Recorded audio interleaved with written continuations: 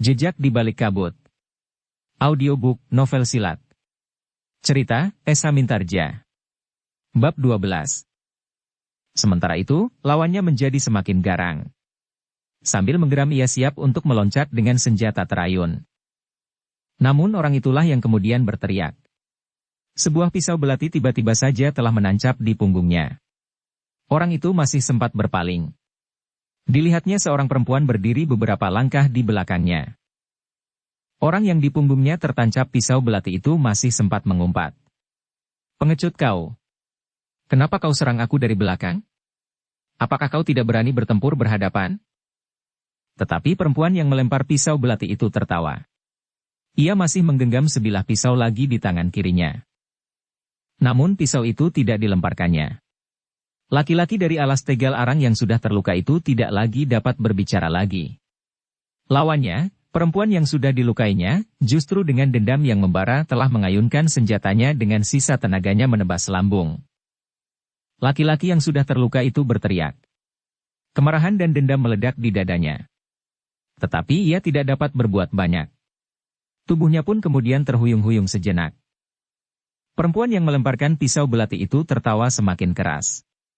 Ia menyaksikan orang alas tegal arang itu jatuh tersungkur dan sama sekali tidak bergerak lagi. Paksi menarik nafas dalam-dalam. Dengan menyaksikan pertempuran itu ia dapat mengenali watak perempuan-perempuan dari Goa Lampin lebih banyak lagi. Ternyata mereka sangat licik di medan. Dalam pada itu, beberapa orang perempuan dari Goa Lampin telah muncul. Ternyata mereka tidak hanya berempat. Tetapi agaknya mereka ingin menjajagi kemampuan orang-orang alas tegal arang, sehingga mereka telah turun ke medan, seorang melawan seorang. Tetapi dalam keadaan yang terdesak, maka hadirlah cara-cara yang terbiasa mereka lakukan. 3 orang dari alas tegal arang harus melihat kenyataan itu. Karena itu, maka seorang di antaranya telah memberikan isyarat, sehingga ketiga orang itu berusaha untuk meninggalkan arena. Mereka tidak dapat mengingkari kenyataan, bahwa lawan mereka yang menjadi terlalu banyak itu tidak dapat mereka imbangi lagi. Sejenak kemudian, maka ketiga orang dari alas tegal arang itu berusaha untuk melarikan diri dari pertempuran. Orang-orang dari Goa Lampin itu memang berusaha untuk mengejar mereka. Tetapi ketiga orang itu berlari demikian cepatnya meninggalkan arena. Dengan tangkasnya mereka meloncat ke punggung kuda mereka yang tertambat pada pohon waru. Namun dengan satu hentakan, maka tambang yang memang tidak terlalu kuat itu telah terlepas. Sejenak kemudian maka 3 orang penunggang kuda itu memacu kudanya meninggalkan pasar itu. Tetapi seorang perempuan dari Goa Lampin yang sudah hampir berhasil memburu seorang di antara ketiga orang itu tidak melepaskannya begitu saja. Demikian kuda itu berlari, perempuan dari Goa Lampin itu telah melemparkan pisaunya. Pisau itu tidak menancap di punggung orang berkuda itu. Tetapi pisau itu sempat menggores pundaknya. Laki-laki di punggung kuda itu mengumpat. Namun ia tidak berhenti. Dipacunya kudanya semakin cepat. Sejenak kemudian, pertempuran pun sudah selesai. Perempuan-perempuan dari Goa Lampin yang jumlahnya ternyata 7 orang itu telah berkumpul. 3 orang di antara mereka terluka. Seorang mengalami luka yang agak parah. "Kita tidak akan tinggal diam," berkata salah seorang dari mereka. "Guru akan menentukan apa yang harus kita lakukan kemudian menghadapi orang-orang dari alas tegal arang. Marilah kita kembali ke penginapan," desis yang lain. Beberapa di antara mereka sempat berpaling memandang tubuh orang alas tegal arang yang terkapar di tanah. Namun seorang dari mereka berkata, "Jangan hiraukan tubuh itu. Biarlah orang-orang pasar itu mengurusnya." Sejenak kemudian, maka perempuan-perempuan itu pun telah meninggalkan pasar itu. Beberapa saat kemudian, pasar itu benar-benar menjadi sepi. Beberapa orang yang melihat pertempuran itu dari kejauhan masih tetap bersembunyi di tempatnya. Belum seorang pun yang berani keluar dari persembunyiannya. Paksi pun masih berada di belakang pohon. Sebenarnya Paksi ingin segera mendekati bekas arena pertempuran itu. Tetapi ia tidak ingin menarik perhatian banyak orang. Baru kemudian, ketika sudah ada 1-2 orang yang keluar dari persembunyian mereka, Paksi pun telah keluar pula dan melangkah mendekat. Beberapa orang mengerumuni tubuh yang terbujur diam. Darah mengalir membasah tanah di seputarnya. Ketika seorang akan menyentuhnya, seorang yang lain berkata, Nanti kawan-kawannya menyangka kita yang melakukannya. Tentu tidak. Jawab yang lain. Kawan-kawannya mengetahui dengan pasti siapakah yang telah membunuhnya. Kita akan menguburkannya meskipun kita tidak mengenal orang ini sebelumnya. Ya. Sahut yang lain lagi. Kita tidak dapat membiarkannya terbujur di situ. Beberapa orang pun kemudian telah menghubungi orang-orang yang tinggal di sekitar pasar itu. Mereka pun kemudian sepakat membawa tubuh itu akan dikubur di sebuah kuburan yang terletak di ujung padukuhan. Kita akan menyelenggarakan dengan sewajarnya, berkata seorang bebahu padukuhan itu. Namun dalam pada itu, Paksi sendiri diam-diam sibuk mencari sesuatu yang dapat memberikan arti padanya. Ketika ia menemukan sebuah pisau belati yang menggores salah seorang dari orang-orang berkuda itu, maka dengan diam-diam pisau itu disembunyikannya di bawah bajunya. Beberapa saat kemudian, maka tubuh salah seorang korban dari pertempuran itu pun telah diusung dibawa ke Banjar sebelum dikuburkan secara wajar. Ketika Paksi kemudian beringsut meninggalkan pasar itu, maka ia masih melihat dua orang yang dikenalnya dari perguruan SAD. Mereka mengenakan ciri-ciri mereka sebagaimana pernah dilihat oleh Paksi sebelumnya. Tetapi kedua orang itu tidak berbuat sesuatu. Bahkan ketika keduanya lewat di sebelah Paksi yang berdiri termangu-mangu, Paksi mendengar salah seorang dari mereka berdesis. Perempuan-perempuan dari perguruan Goa Lampin itu memang keterlaluan. Mereka merasa terlalu kuat, sehingga mereka berbuat sesuka hati mereka tanpa menghormati perguruan-perguruan yang lain. Paksi menarik nafas dalam-dalam. Nampaknya orang-orang dari perguruan SAD juga menganggap orang-orang dari perguruan Goa Lampin itu berbuat tanpa menghiraukan dan apalagi menghormati kehadiran perguruan yang lain. Bahkan sejak semula sudah menunjukkan sikap bermusuhan. Tetapi Paksi tidak menunggui perkembangan keadaan di pasar itu lebih jauh. Menurut pendapatnya tidak ada lagi yang penting yang bakal terjadi. Sehingga karena itu, maka Paksi itu pun segera meninggalkan pasar itu dan kembali ke gubuk kecilnya. Di gubuknya Paksi sempat merenungi pisau belati yang dibawanya itu. Pada daun pisau itu masih nampak membekas darah yang sudah mengering. Ternyata pada senjata orang-orang dari Goa Lampin pun tidak terdapat ciri-ciri perguruan itu. Tidak ada lingkaran yang dibelah dengan garis tegak berwarna merah. Tetapi Paksi memakluminya. Jika sesuatu terjadi sehingga senjata itu diketemukan oleh orang lain, maka mereka tidak segera menghubungkannya dengan perguruan Goa Lampin. Tetapi mereka berbangga dengan ciri-ciri perguruan mereka. Berkata Paksi di dalam hatinya. Sehingga karena itu, maka ciri-ciri perguruan mereka itu selalu melekat pada setiap orang dari perguruan Goa Lampin itu. Selagi Paksi merenungi senjata itu, maka sebuah pertanyaan telah terbersit di dalam hatinya. Untuk apa sebenarnya orang-orang Goa Lampin itu mencari cincin bermata 3 butir batu akik itu? Apakah salah seorang di antara mereka akan memakainya dan berharap untuk dapat menurunkan penguasa di atas bumi ini? Namun Paksi pun kemudian berdesis. Semakin banyak orang yang mencarinya, maka harganya pun tentu menjadi semakin mahal. Mungkin seseorang, sekelompok orang atau sebuah perguruan mencari cincin itu untuk dapat dijualnya dengan harga mahal. Atau seseorang telah mengupah mereka untuk mendapatkan cincin itu. Paksi menarik nafas dalam-dalam. Ayahnya adalah salah seorang yang ingin mendapatkan cincin itu. Bahkan ayahnya juga telah memerintahkan beberapa orang mencarinya selain Paksi itu sendiri. Tetapi apa yang dapat dilakukan Paksi setahun yang lalu? Sementara orang-orang berilmu tinggi, bahkan sekelompok orang dan perguruan-perguruan menurunkan orang-orangnya untuk melakukannya pula. Seandainya Paksi tidak bertemu dengan Ki Marta Brewok, maka Paksi tidak akan lebih beruntung dari seekor serangga yang menyurupkan diri ke dalam api. Kenapa ayah telah memerintahkan aku untuk mencarinya? Bertanya Paksi di dalam hatinya sebagaimana pertanyaan yang sudah muncul setahun yang lalu di kepalanya. Bahkan ibunya pun pernah berkata, mungkin di luar sadarnya, bahwa ayahnya sengaja mengusirnya dari rumah. Kenapa ayah berbuat seperti itu? Tetapi Paksi mencoba menenteramkan hatinya sendiri. Mungkin waktu itu ayah benar-benar kebingungan. Ayah ingin segera mendapatkan cincin itu mendahului yang lain. Paksi menarik nafas dalam-dalam. Diselipkannya pisau itu di dinding gubuk kecilnya. Kemudian Paksi pun melangkah keluar untuk melihat tanaman jagungnya. Hari itu Paksi lebih banyak merenungi ciri-ciri dari beberapa perguruan yang telah dikenalnya. Bukan saja ciri-ciri wujudnya, tetapi juga ciri-ciri sifat dan wataknya. Paksi juga mencoba untuk mengenali unsur-unsur gerak yang khusus nampak pada setiap perguruan itu. Perguruan Goa Lampin, perguruan SAD dan perguruan di Alas Tegal Arang. Namun yang pernah dikenalnya hanyalah murid-murid dari perguruan itu. Ia belum pernah melihat kemampuan para pemimpin dari perguruan-perguruan itu. Apalagi pemimpin tertinggi mereka.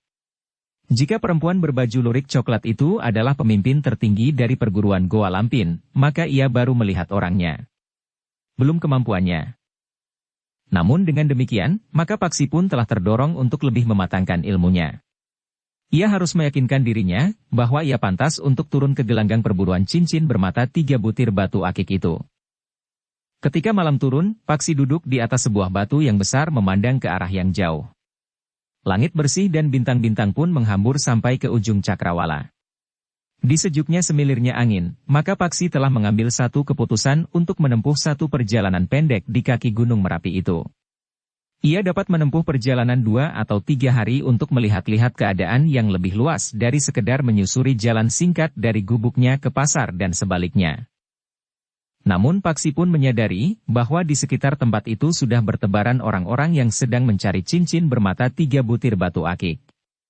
Mereka merasa dituntun oleh cahaya endaru yang turun dari langit di sekitar tempat itu. Malam itu Paksi telah mempersiapkan dirinya. Ia sudah membenahi gubuk kecilnya yang akan ditinggalkannya untuk beberapa hari. Paksi sudah mencuci alat-alat dapurnya dan menumpuknya di sudut. Selebihnya, rumah itu tidak berisi apa-apa lagi. Malam itu Paksi tidak membuat perapian. Ia tidak menyiapkan makannya buat esok, karena esok ia tidak akan berada di gubuknya. Ketika malam beredar sampai menjelang fajar, maka Paksi pun telah bangun. Berbenah diri dan bersiap untuk menempuh perjalanan untuk 2 atau 3 hari.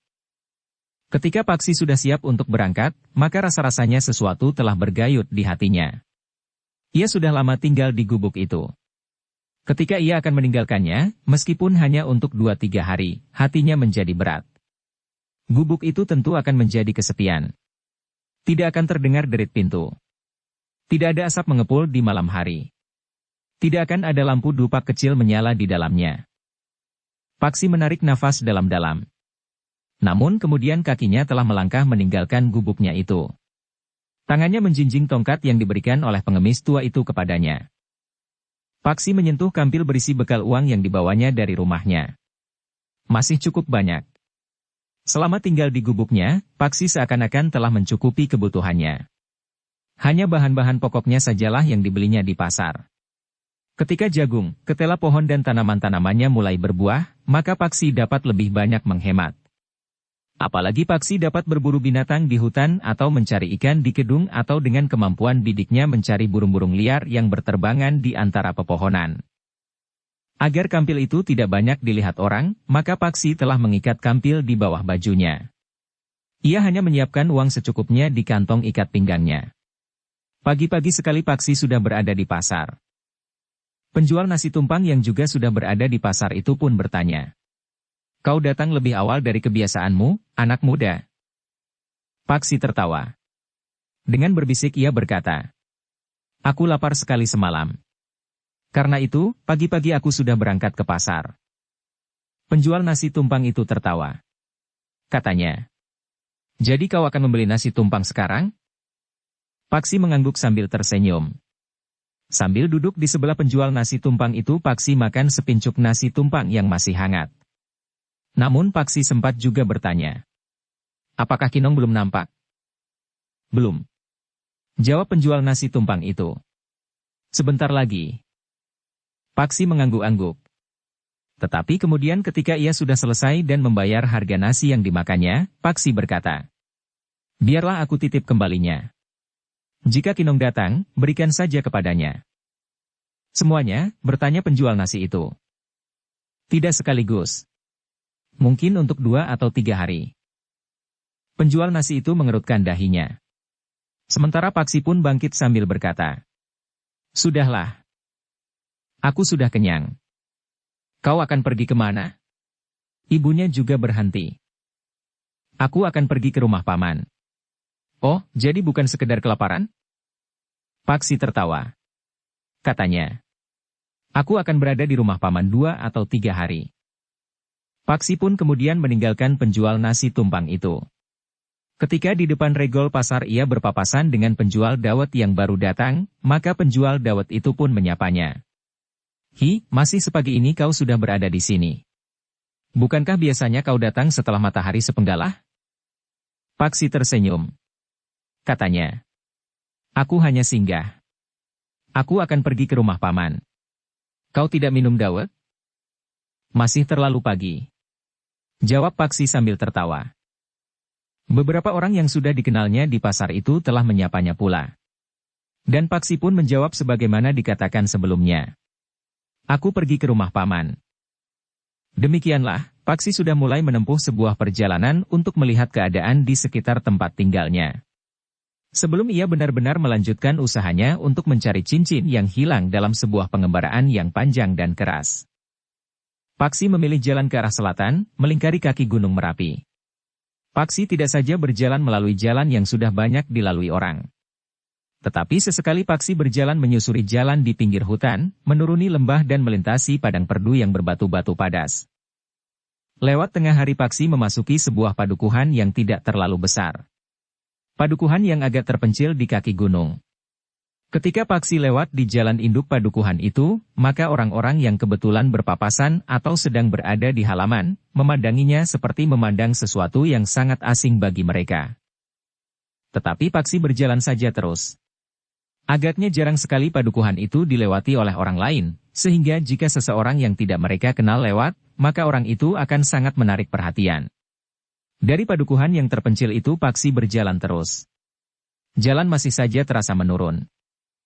Namun hamparan-hamparan sawah menjadi semakin luas. Meskipun demikian, di wajah Cakrawala masih nampak hijaunya hutan yang menyelimuti kaki Gunung Merapi. Ketika matahari mulai turun, Paksi melewati sebuah padukuhan yang agak besar. Di ujung padukuhan terdapat sebuah pasar sudah sepi. Pasar itu memang tidak terlalu besar yang agaknya hanya menjadi ramai di setiap hari pasaran. Di sekitar pasar itu tidak terdapat sebuah kedai pun. Sedangkan pagarnya yang terbuat dari bambu sudah rusak di sana-sini. Paksi berhenti di dekat regol pasar.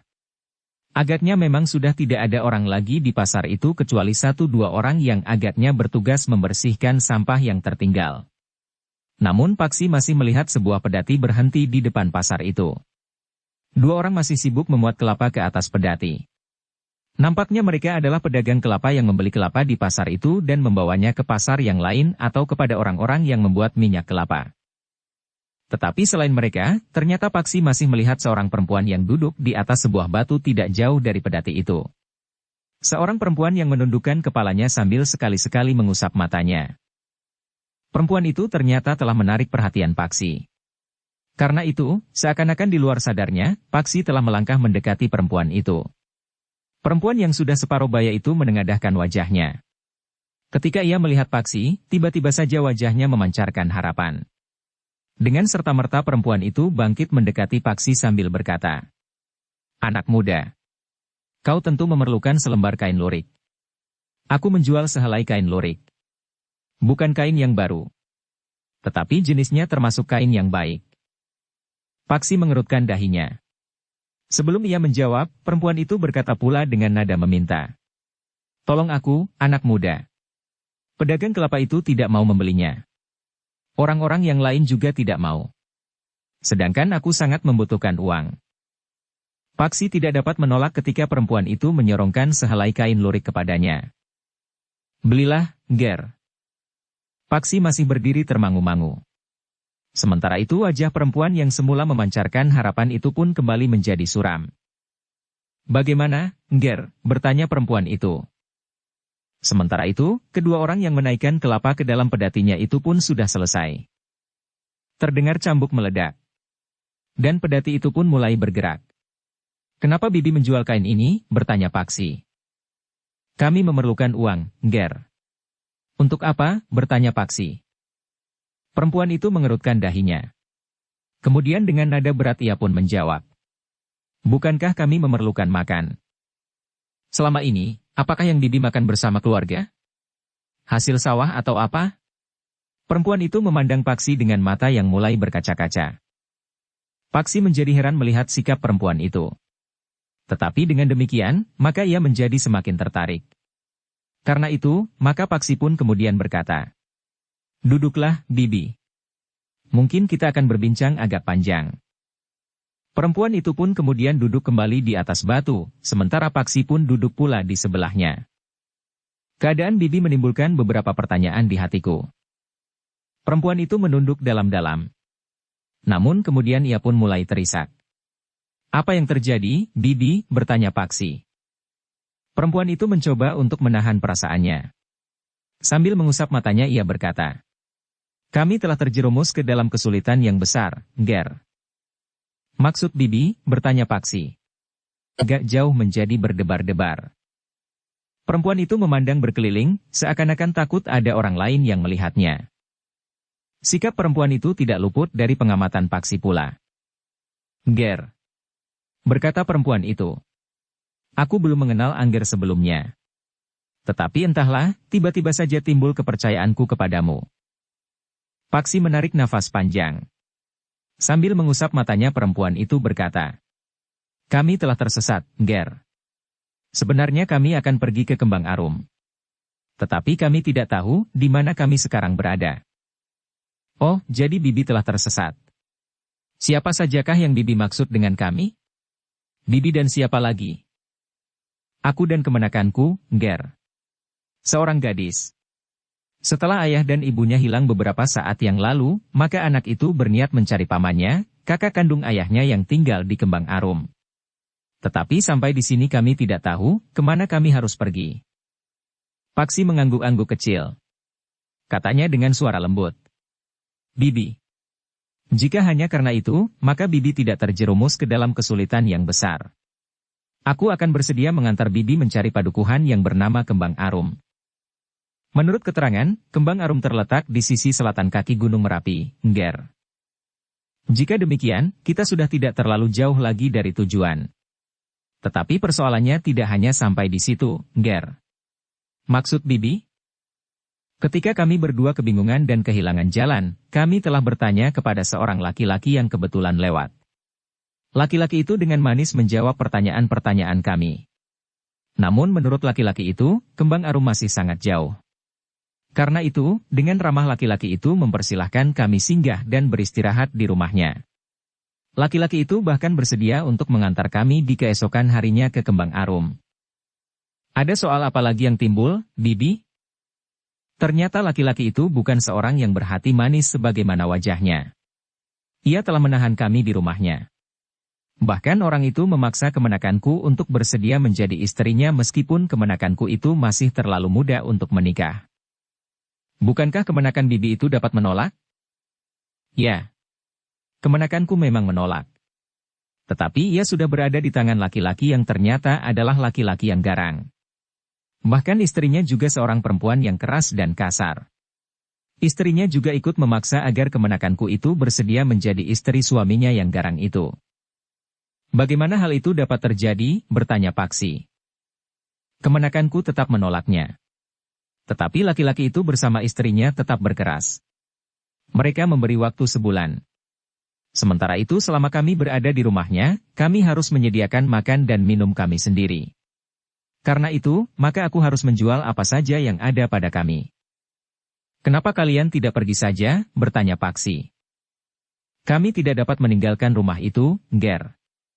Kami disekap di dalam rumah itu dengan berbagai macam ancaman. Mereka berharap jika kami sudah tidak dapat makan dan minum, maka agar kami tidak menjadi kelaparan, kemenakanku itu akan bersedia menjadi istri laki-laki yang garang itu. Bahkan mungkin menurut sifat dan wataknya, jika ia tidak lagi dapat menahan nafsunya, sesuatu yang sangat buruk akan dapat terjadi dengan kemenakanku itu." "Bibi pernah minta bantuan kepada seseorang?" bertanya Paksi. "Tidak seorang pun berani menolong kami. Bahkan seorang yang kami harap bersedia menolong kami telah memberitahukan kepada orang itu." "Siapakah laki-laki yang telah menyekap kemenakan Bibi di rumahnya itu?" "Ternyata ia seorang pemimpin sebuah gerombolan penjahat.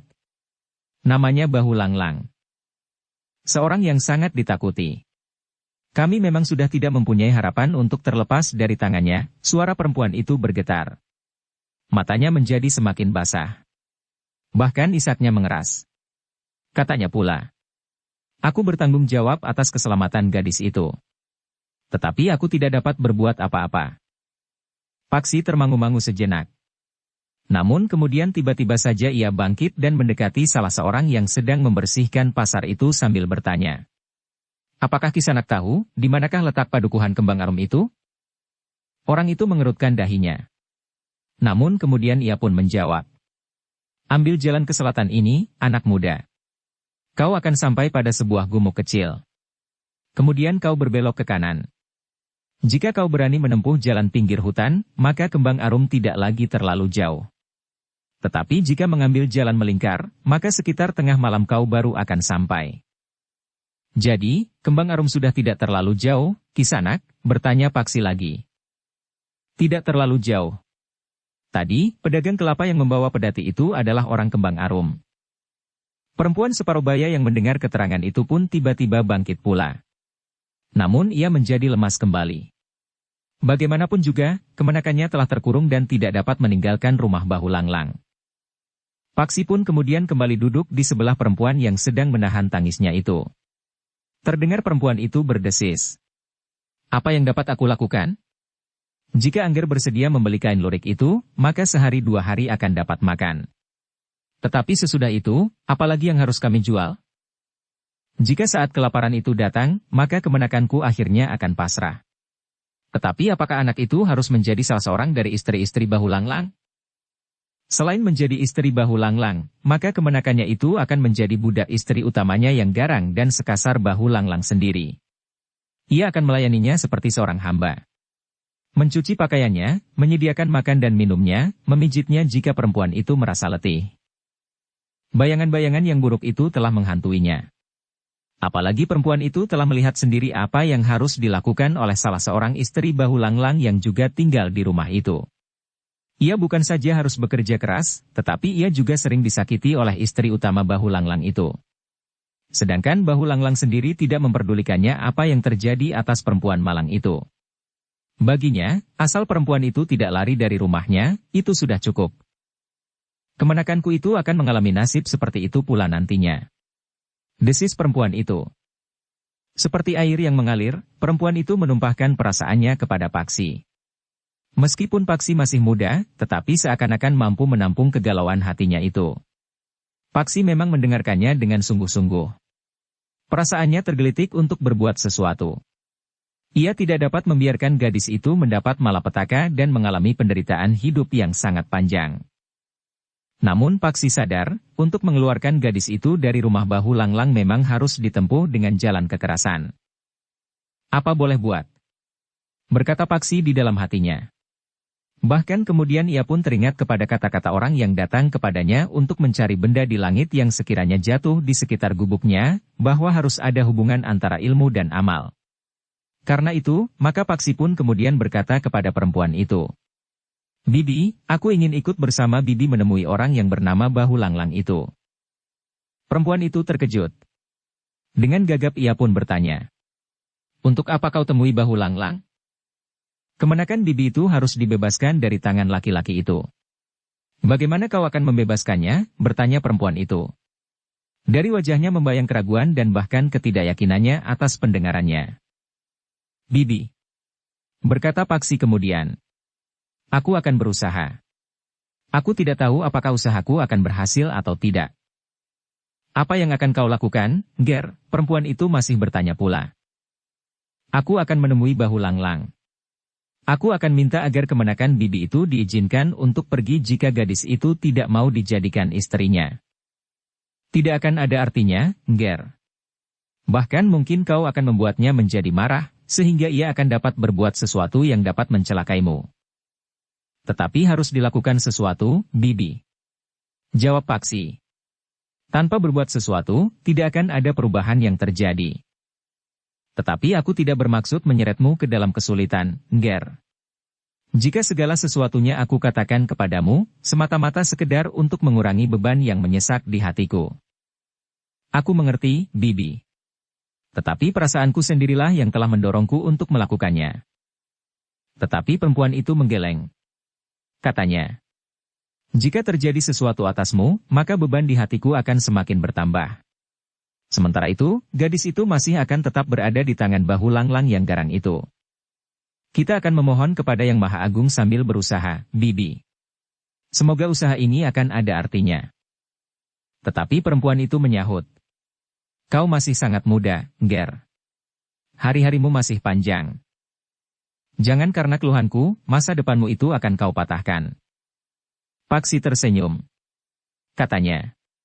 Satu keyakinan terpahat di hatiku, bahwa permohonan kita untuk melakukan niat yang baik akan didengarnya. Tetapi menurut perhitungan naluriahnya, maka sulit bagi kita untuk melepaskan diri dari tangan bahu Langlang. Apalagi orang itu tidak segan-segan untuk melakukan kekerasan. Selama beberapa hari aku di rumahnya, aku sudah melihat bahu Langlang membunuh 2 orangnya sendiri yang dianggapnya berkhianat. Paksi menarik nafas dalam-dalam. Namun tiba-tiba saja ia bertanya. Apakah setiap hari di rumah itu terdapat para pengikutnya? Tidak, Ger. Bahkan jarang-jarang pengikutnya itu datang. Jika mereka datang tentu sesuatu yang penting. Bahkan kematian. Tiba-tiba Paksi itu pun berkata. Bibi, antarkan aku menemui bahu Langlang. Perempuan itu menjadi tegang. Katanya. Jangan, Ger. Aku keberatan. Kau masih terlalu muda untuk mengalami perlakuan bengis bahu Langlang. Tidak bermaksud mendahului kehendak Yang Maha Agung, kau masih terlalu muda untuk mati. Tetapi Paksi seakan-akan tidak mendengarnya. Katanya. Mari, Bibi. Supaya aku tidak usah mencari rumah itu sendiri. Katakan bahwa Bibi telah bertemu dengan anak Bibi yang akan mengantarkan Bibi ke padukuhan Kembang Arum. Jangan bebani aku dengan penyesalan yang lebih dalam, Ger. Jika kau mau membeli kain lurirku itu, aku sudah akan mengucapkan 1000 kali terima kasih. Setidak-tidaknya kau akan menyelamatkan anakku untuk 3 hari. Tetapi Paksi yang telah berdiri itu berkata, jika Bibi tidak mau menunjukkan rumah bahu Langlang, aku akan pergi sendiri. Tentu tidak sulit untuk mencari rumah itu. Perempuan itu tidak berdaya untuk menolak keinginan Paksi untuk menemui bahu Langlang. Penyesalan telah menggores jantungnya. Seakan-akan dirinya lah yang telah menjerumuskan Paksi ke dalam neraka, justru karena perempuan itu sudah beberapa hari tinggal di rumah bahu Langlang. Tanpa dapat mengelak lagi, maka perempuan itu telah berjalan bersama Paksi menuju ke rumah bahu Langlang. Sambil berjalan Paksi bertanya, Bibi, siapakah nama Bibi selengkapnya? Perempuan itu menarik nafas dalam-dalam. Dengan suara yang hampir tidak terdengar ia menjawab, orang memanggilku Nyi Permati, Ger. Nama kemenakan Bibi? Namanya Kemuning, Ger. Kemuning. Paksi mengangguk-angguk. Katanya kemudian. Bukankah kemuning itu nama sejenis bunga? Ya, Ger. Hampir di luar sadarnya Paksi pun berdesis. Bibi, di halaman rumahku juga terdapat sebatang pohon kemuning. Jika pohon kemuning itu berbunga, maka aku sering memandanginya berlama-lama. Warna kuning yang anggun, bau semerbak, terasa menyentuh hati. Tetapi kemuningku berwarna kusam. Baunya sama sekali tidak harum, apalagi semerbak. Paksi pun tersenyum. Tetapi ia pun kemudian terdiam. Ia mulai membayangkan orang yang bernama bahu Langlang itu. Jika kesan yang pertama dapat menimbulkan kepercayaan Nyi Permati dan Kemuning, maka wujud itu tentu tidak menyeramkan sebagaimana namanya. Jika kemudian orang itu menjadi menyeramkan, tentu setelah Nyi Permati mengenali sifat, watak serta pamrihnya yang buruk. Beberapa saat kemudian, maka mereka telah berbelok mengikuti jalan yang lebih kecil. Dengan suara yang bergetar penuh dengan ketegangan jiwa, Nyi Permati berkata, rumah bahu Langlang ada di ujung jalan ini, Ger. Tetapi sekali lagi aku mohon, urungkan niatmu. Aku mengucapkan beribu terima kasih atas kesediaanmu menolong kami. Tetapi aku mohon, jangan kau lakukan. Paksi tersenyum. Katanya, aku sudah sampai di sini, Bibi. Nyi Permati memandang Paksi itu sekilas. Anak muda itu bertubuh tegap. Wajahnya yang tampan dan bersih, rasa-rasanya mencerminkan kepribadiannya, meskipun ia baru saja terkecoh oleh wujud dan sikap manis bahu Langlang. Namun Nyi Permati melihat perbedaan pada keduanya. Sebenarnya lah bahwa bukan saja jiwa Paksi menjadi matang setelah ia menempa diri. Tetapi wujud Paksi berubah. Tubuhnya tidak lagi tinggi, pipih dan kekurus-kurusan. Tetapi tubuh Paksi berkembang dengan baik. Paksi menjadi anak muda yang tampan, tegap, dan kekar. Nyi Permati menjadi semakin tegang ketika kakinya melangkah semakin dekat dengan pintu regol halaman rumah Bahu Langlang. Itulah rumahnya. Suara Nyi Permati menjadi gemetar. Paksi mengangguk-angguk. Rumah itu terhitung rumah yang besar dan berhalaman luas. Beberapa langkah dari pintu, Nyi Permati masih berkata, "Tolong Ger, jangan masuk halaman rumah itu." Tetapi Paksi seakan-akan tidak mendengarnya.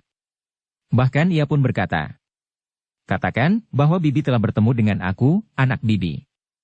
Jika Kemuning ternyata tidak mengenal aku, katakan bahwa aku sejak kecil ikut dengan paman di Kembang Arum." Nyi Permati memang tidak ingin berbuat apa-apa lagi. Justru Paksilah yang lebih dahulu melangkah memasuki halaman rumah itu. Namun langkah Paksi tertegun. Demikian ia memasuki halaman rumah itu, maka ia melihat peristiwa yang membakar jantungnya. Seorang laki-laki yang bertubuh tegap sedang mencambuk perempuan yang tidak berdaya. Perempuan itu menggeliat dan berguling-guling kesakitan. Meskipun ia berteriak dan minta ampun, tetapi laki-laki itu masih saja mencambuknya. "Siapakah perempuan itu, Bibi?" Nyi Permati sudah menjadi gemetar. Tetapi ia menjawab, "Salah seorang istrinya." Perempuan yang terguling kesakitan itu memang masih muda. Agaknya ia terhitung perempuan cantik jika rambutnya tidak terurai. Berkas-berkas darah di bibir dan baju yang sudah terkoyak. "Kenapa perempuan itu dicambuk, Bibi?" bertanya Paksi. "Entahlah, Ger. Tetapi kekasaran seperti itu sering dilakukan oleh Bahu Langlang. Sudah aku katakan bahwa selama beberapa hari aku di rumahnya, sudah 2 orang pengikutnya yang dibunuhnya. Pembunuhan itu sendiri sama sekali tidak berkesan apapun pada Bahu Langlang. Seakan-akan tidak ada sesuatu yang pernah terjadi. Perbuatan itu harus dihentikan," desis Paksi. "Tetapi bukan kau, Ger. Biarlah orang lain yang melakukan." Suara Nyi Permati bergetar. Namun segala sesuatunya sudah terlambat. Orang yang mencambuk perempuan yang tidak berdaya itu melihat Nyi Permati datang bersama seorang anak muda. Tiba-tiba wajah laki-laki itu berubah. Wajahnya yang nampak bengis itu larut dalam senyumnya yang menghiasi bibirnya. "Marilah, Bibi." Nampaknya Bibi baru saja datang dari bepergian. "Kemana saja Bibi pergi?" Paksi menarik nafas dalam-dalam. Tanpa melihat bagaimana ia mencambuk seorang perempuan yang tidak berdaya, maka Paksi tentu menyangka bahwa laki-laki itu adalah laki-laki yang ramah. Wajahnya pun tidak nampak segarang orang-orang yang dianggap sebagai orang-orang jahat. "Marilah, Bibi." Orang itu mempersilahkan tanpa menghiraukan perempuan yang masih saja merintih kesakitan sambil merangkak menggapai tangga. Nyi Permati tidak menjawab. Sementara laki-laki itu berkata, "Apakah Kemuning ikut dengan Bibi?" "Tidak, Ger," jawab Nyi Permati dengan suara gemetar. "Oh, jadi di mana anak itu?" Bahu Langlang itu justru bertanya. Seorang perempuan lain yang kemudian berdiri di tangga menyahut, "Anak itu ada di dapur. Aku mengajarinya masak. Nampaknya anak itu akan menjadi juru masak yang pandai." "Oh, aku kira ia ikut bersama Bibi. Sejak pagi aku belum melihatnya." Namun Bahu Langlang itu pun kemudian memandang Paksi dengan tajamnya. Namun laki-laki itu tersenyum pula sambil bertanya, "Siapakah anak ini, Bibi?" Paksi menjadi berdebar-debar. Ia berharap Nyi Permati menjawab sebagaimana dikehendakinya. Namun ternyata Nyi Permati itu menjawab, "Iya anakku, Ger." "Anak Bibi?" Bahu Langlang terkejut. Sementara Nyi Permati berkata selanjutnya, "Ia anakku yang sejak kecil dipelihara pamannya di Kembang Arum. Bukankah Angger ingat bahwa aku akan pergi ke Kembang Arum? Nah, adalah kebetulan bahwa anakku itu berada di pasar ikut dengan pamannya membawa dagangan kelapa." Wajah Bahu Langlang menjadi merah. Namun kemudian dengan cepat ia berusaha untuk menghapuskan kesan bahwa hatinya bergejolak mendengar pengakuan Nyi Permati itu. Bahkan kemudian ia pun tersenyum pula sambil berkata, "Jika demikian, marilah, bawa anak itu naik ke pendapa, Bibi." Nyi Permati pun kemudian mengajak Paksi untuk naik ke pendapa dan duduk di atas tikar pandan yang putih di peringgitan.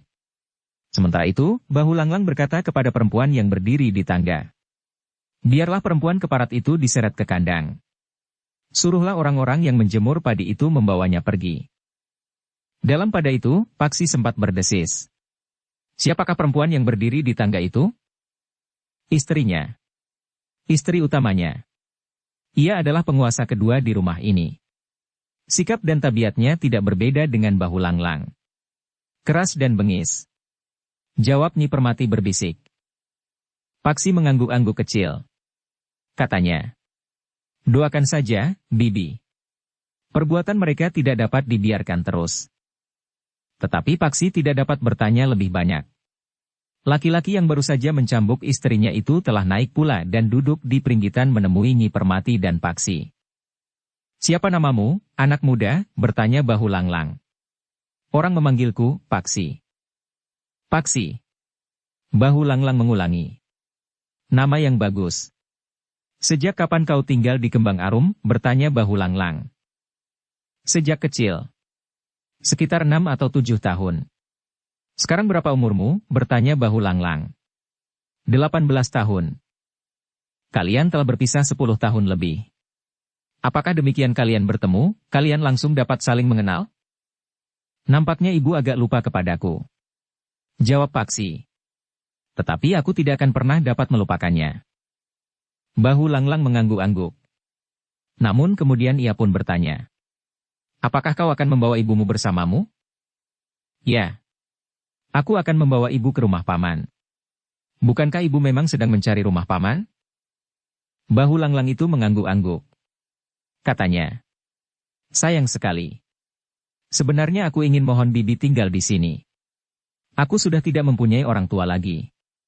Bibi dapat menjadi pengganti orang tuaku. Menjadi pepunden di sini. Tetapi apa boleh buat?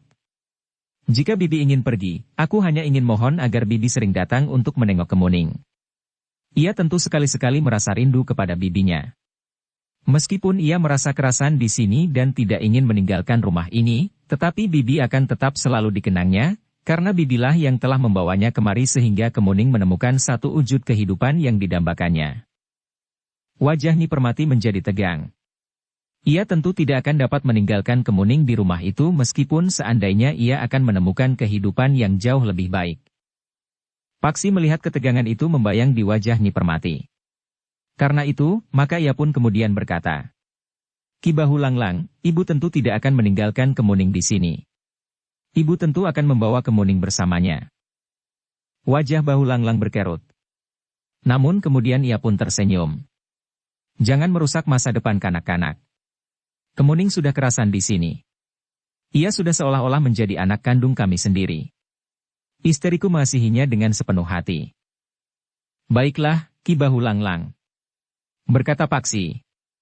Jika Kemuning memang sudah merasa kerasan di sini, biarlah kelak ibu mengantarkannya kemari. Ibu hanya ingin membawa Kemuning kepada paman agar paman sempat melihatnya. Paman sudah terlalu tua. Ia akan sangat menyesal bahwa jika sampai hari akhirnya ia tidak sempat melihat Kemuning. Tentu. Pamanmu tentu akan sempat melihatnya. Aku dapat membawa Kemuning ke Kembang Arum kapan saja. Jika demikian, kenapa kami tidak membawa Kemuning sekarang saja, dan kemudian membawanya kembali sehari 2 hari kemudian? Jika ibu tidak sempat, akulah yang akan mengantarkannya kemari. Karena setiap kali aku pergi ke pasar itu untuk membeli kelapa yang akan kami jual lagi di tempat lain. Terutama kepada mereka yang membuat minyak kelapa. Sudahlah. Jangan pikirkan Kemuning. Aku dan tinggalkan Kemuning dengan tenang di sini. Bibi keadaannya akan baik-baik saja. Istriku akan mengurusnya. Tidak perlu menjadi gelisah. Tidak berdaya itu melihat Nyi Permati datang bersama seorang anak muda. Maaf, Ki Bahu Langlang, berkata Paksi. Kami mohon kemurahan hati keluarga Ki Bahu Langlang. Yakinlah, bahwa aku akan membawanya kembali kemari jika ia memang sudah kerasan tinggal di sini. Tetapi Bahu Langlang tersenyum sambil berkata, jangan menyakiti hati anak itu. Kasihan, ketenangannya akan terganggu. Ki Bahu Langlang. Berkata Paksi kemudian. Biarlah ibuku berbicara sendiri dengan Kemuning. Jika Kemuning memang berkeberatan, apa boleh buat? Kami akan meninggalkannya di sini. Tetapi jika Kemuning ingin bertemu dan tinggal bersama pamannya barang 1-2 hari, biarlah ia kami bawa serta. Wajah Bahu Langlang pun berkerut. Sambil menggeleng ia berkata, aku minta jangan ganggu Kemuning. Itu saja. Paksi menarik nafas dalam-dalam. Sementara Bahu Langlang pun berkata kepada Nyi Permati, Bibi, sebaiknya Bibi memberitahukan kepada anak Bibi itu, agar ia tidak usah ikut mencampuri persoalan Kemuning. Aku tidak berkeberatan ia singgah di sini. Tetapi jangan membuat kegelisahan seisi rumahku termasuk Kemuning. Nyi Permati termangu-mangu sejenak. Namun kemudian ia pun berkata, sudahlah, Ger. Biarlah besok atau lusa aku ajak Kemuning ke rumah pamanmu. Tidak Ibu. Aku akan mengajak Kemuning sekarang. Alangkah senangnya hati paman jika Kemuning tiba-tiba datang mengunjunginya. Rasa-rasanya aku tidak sabar lagi melihat, bagaimana paman di saat-saat yang gawat itu tersenyum melihat kehadiran Kemuning. Agaknya Bahu Langlang telah kehabisan kesabaran. Pada dasarnya ia memang bukan orang yang sabar. Tetapi ia mencoba untuk memberikan kesan yang baik kepada anak Nyi Permati. Tetapi anak muda itu ternyata sangat menjengkelkannya. Karena itu, maka dengan suara yang mulai bergetar Bahu Langlang itu berkata, anak muda, untuk terakhir kalinya aku memperingatkanmu, jangan ganggu Kemuning. Niatku sudah tetap, Ki Bahu Langlang. Jawab Paksi mantap. Bahu Langlang benar-benar tidak dapat menahan diri. Karena itu, maka ia pun membentak. Cukup, anak muda. Aku minta kau meninggalkan rumahku ini. Bibi, aku mohon, sebelum aku bertindak menurut caraku. Nyi Permati menjadi semakin bingung. Dengan gelisah ia berkata, sudahlah. Tinggalkan rumah ini. Tetapi Paksi tetap bersikeras katanya. Tidak. Aku akan membawa Kemuning. Bahu Langlang benar-benar tidak lagi dapat mengekang diri. Sudah sejak semula ia berpura-pura menjadi penyabar. Tetapi ia tidak dapat bertahan terlalu lama. Karena itu, maka Bahu Langlang itu pun kemudian berkata, aku sudah cukup memberimu kesempatan berbicara di sini. Sekarang, kau harus pergi. Jangan berbicara apapun lagi. Tetapi hati Paksi pun keras seperti baja. Karena itu, maka ia pun menjawab. Aku akan pergi bersama Kemuning. Cukup. Mata Bahu Langlang mulai menyala. Sementara Nyi Permati mulai menjadi ketakutan. Apakah aku harus memperlakukanmu seperti perempuan itu? Seperti itulah yang pada suatu saat akan terjadi pada Kemuning. Pada saatnya kau menjadi jemu, maka kau akan menyakitinya setiap hari. Bahu Langlang itu pun bangkit berdiri sambil menggeram. Kau memang tidak tahu diri. Jika kau terlambat keluar dari halaman rumahku, maka untuk selamanya kau tidak akan pernah dapat keluar lagi, karena tubuhmu akan terkubur di bawah rumpun bambu di kebun belakang rumah ini. Tentu banyak tubuh yang kau kuburkan di bawah rumpun bambu itu. Jawab Paksi sambil bangkit berdiri pula. Wajah Bahu Langlang menjadi merah. Dengan garang ia berkata, sekarang aku tahu apa yang kau maui anak muda. Kau datang dengan sengaja untuk merebut Kemuning dari tanganku. Baik, jika kau memang sudah bersiap melakukannya, lakukan. Halaman rumahku cukup luas. Bahu Langlang tidak menunggu lebih lama lagi. Ia pun segera turun ke halaman. Ketika Paksi melangkah, Nyi Permati menggamitnya sambil berdesis. Sudahlah, anak muda. Aku mengucapkan terima kasih atas perhatianmu. Tetapi jangan korbankan dirimu. Paksi tidak menghiraukannya. Ia pun segera melangkah menuruni tangga. Sejenak kemudian, Paksi pun telah berdiri berhadapan dengan Bahu Langlang di halaman. Beberapa orang yang ada di halaman Bahu Langlang menjadi heran melihat anak muda yang dengan beraninya menantang Bahu Langlang. Apakah anak muda itu belum pernah mendengar nama Bahu Langlang? Dalam pada itu, Paksi yang sudah berdiri berhadapan dengan Bahu Langlang itu pun berkata, Bahu Langlang, aku yakin bahwa kau adalah seorang laki-laki yang kata-katamu adalah kehormatan dan harga dirimu. Marilah kita membuat janji. Kita akan berkelahi sekarang ini. Jika aku kalah, maka aku sadari bahwa aku akan terkubur di bawah rumpun bambumu. Aku sudah pernah mendengar namamu dan aku pun tahu tabiatmu. Ketika aku memasuki halaman rumah ini, kau sedang menghakimi salah seorang istrimu. Tetapi jika aku menang, maka kau harus melepaskan Kemuning dan ibuku. Aku akan membawa mereka dan menyelamatkan mereka dari keganasanmu. Iblis kau. Aku hormati kau yang berani menantangku. Aku hormati kau yang mencintai ibu dan saudara sepupunya sehingga berani mempertaruhkan nyawamu. Tetapi kau akan segera ditelan oleh kesombonganmu sendiri. Katakanlah bahwa kau berjanji. Baik. Aku terima syaratmu. Aku janji. Demikianlah keduanya pun kemudian telah berhadapan. Paksi telah menyandarkan tongkatnya, karena ia melihat Bahu Langlang tidak bersenjata. Sejenak kemudian keduanya telah bersiap. Mata Bahu Langlang bagaikan memancarkan nyala api oleh kemarahan yang membakar dadanya. Bahwa seorang anak muda berani menantangnya itu sudah merupakan satu penghinaan atas dirinya. Sejenak kemudian, maka Bahu Langlang itu pun mulai bergerak. Tangannya terayun menggapai tubuh Paksi. Tetapi Bahu Langlang belum benar-benar menyerangnya. Namun ketika Paksi bergeser menghindari, Bahu Langlang telah mempersiapkan serangan yang sebenarnya. Ia ingin menghancurkan dan benar-benar membunuh anak itu dalam waktu yang sesingkat-singkatnya untuk menutup ketersinggungannya, bahwa seorang anak telah berani menantangnya. Dengan mengakhiri perlawanan anak itu secepatnya, maka penilaian orang-orangnya yang melihat peristiwa itu terhadap dirinya tidak akan terguncang oleh kesombongan anak itu. Karena itu, maka sejenak kemudian, serangan Bahu Langlang itu pun datang bagaikan angin prahara. Paksi memang terkejut. Ia tidak menduga sebelumnya bahwa serangan Bahu Langlang akan datang demikian cepatnya langsung dalam tataran ilmu yang tinggi. Paksi memang terdesak surut. Tetapi kemudian Paksi pun telah keseimbangannya, sehingga Paksi pun segera menempatkan diri kemampuan lawannya. Menemukan pada batas dengan demikian maka pertempuran itu pun menjadi seimbang. Paksi yang muda, namun yang telah menempa dirinya itu, tidak banyak mengalami kesulitan menghadapi orang yang namanya ditakuti oleh lingkungannya, Bahu Langlang.